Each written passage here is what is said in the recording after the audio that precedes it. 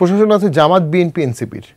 এর বাইরের দলগুলো ভোট করবে কিভাবে? আর আওয়ামী লীগ বিরোধী যে শক্তিটা সেটা কয়েকটা ভাগে ভাগ হয়ে গেল। প্রধান উপদেষ্টাও বলেছেন আমার নিয়োগকর্তারা একটা দল করলেন। তো নিয়োগকর্তা যাকে নিয়োগ করেছে উনি ক্ষমতায় থাকা অবস্থায় একটি দল হয়ে গেল।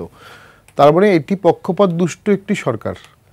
এটি স্বচ্ছ না, নিরপেক্ষ না, নির্দলীয় না, দলীয়। এই সরকার নিজেদেরকে এমপি বানানোর চেষ্টা করছে, নিজেদেরকে ফিউচার মন্ত্রী বানানোর চেষ্টা করছে। তাদের অধীনে সুষ্ঠু ভোট কীভাবে হবে?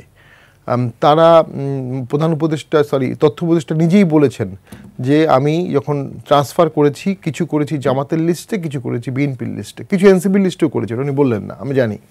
তাহলে প্রশাসন আছে জামাত, বিএনপি, এনসিপির। এর বাইরের দলগুলো ভোট করবে কিভাবে? এবং একটা সময় ছিল আওয়ামী লীগও চাচ্ছিল বিএনপি ক্ষমতায় আসুক, অ্যাটলিস্ট ইউনিস থেকে সরে যাক দেশ, এটা আওয়ামী লীগ চাচ্ছিল। সেই সময় বিএনপি 2 দিন আওয়ামী লীগের ব্যানের সময় কোনো রোল প্লে করেনি। এটা একটা ফার্স্ট রং কম্প্রোমাইজ। সেকেন্ড রং কম্প্রোমাইজ হচ্ছে ইউনুস স্যার গিয়ে তার ক্যারিশমার কারণে তারেক জিয়া সাহেব রাজি হলেন যে ডিসেম্বর থেকে ভোটটা চলে যাবে ফেব্রুয়ারিতে। ফেব্রুয়ারি থেকে গেলে এখন কোথায় যাবে? আবার ডিসেম্বরে চলে যাবে, কারণ ফেব্রুয়ারির পরে আপনার রোজা আছে, রোজার পরে কোরবানি ঈদ আছে, বর্ষা আছে, ভোটের কোনো পরিবেশ থাকবে না। এটা একটা রং কম্প্রোমাইজ। থার্ড রং কম্প্রোমাইজ তারা যেটা করতে চাচ্ছে, তারা তাদের শরিক দলগুলোকে অতিরিক্ত মূল্যায়ন করতে গিয়ে নিজের স্ট্রেংথ নষ্ট করে ফেলছে। বান্ডেল থাকলে প্রতি সেনমানিতে টাকা বাঁচবে। বিকাশ সেনমানি বান্ডেল কিনে জিতুন প্রতি লেনদেনে।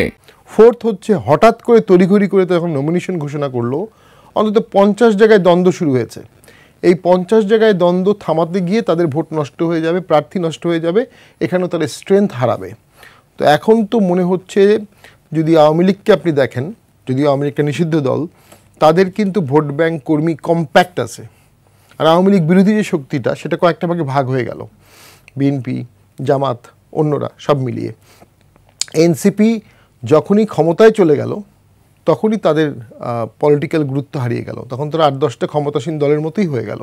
এখন ক্ষমতায় গিয়ে তারা এটাকে নেক্সট সংসদীয় গণতন্ত্রে ট্রান্সফর্ম করতে যাচ্ছে। এই গণভোটের দাবি টাবি এগুলো কিচ্ছু না, এগুলো সবই হচ্ছে ভোটের আসনের হিসাব মেলানো। গণভোট আগে হওয়া এবং সেম ডে হওয়া এর মধ্যে কোনো পার্থক্য নাই, কিন্তু দুটোই আনকনস্টিটিউশনাল। বিএনপির আরেকটা আনফর্চুনেট কম্প্রোমাইজ হচ্ছে গণভোটে তারা কেন রাজি হলো। গণভোট হবে সংসদ পাশ হয়ে যাওয়ার পরে।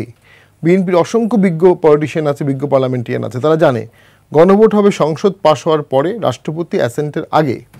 যখন বিএনপি বলল যে ভোটের দিন গণভোট হবে, তাহলে আপনি চিন্তা করেন বিএনপির লোকরা ক্যাম্পেইন কীভাবে করবে। তারা ভোটে গিয়ে আগে 48টা সংশোধনী পড়বে, পড়ার পরে বলবে এই 7টায় আমরা কম্প্রোমাইজ করিনি, আমরা রাজি না, তারপরে নিজের ভোট চাবে। তো ভোটাররা কি কনফিউজড হয়ে যাবে না? ডেফিনেটলি কনফিউজড হয়ে যাবে। অ্যান্ড সবচেয়ে বড় কথা, ঐক্যমত কমিশন জাতীয় না, কারণ তারা একটা বিশাল অংশকে বাদ দিয়েছে। ঐক্যমত কমিশন ঐক্য না, কারণ সেখানে একটা অংশ আছে, একটা অংশ বাদ দিচ্ছে, স্বৈরাচার এবং স্বৈরাচারের দোসর।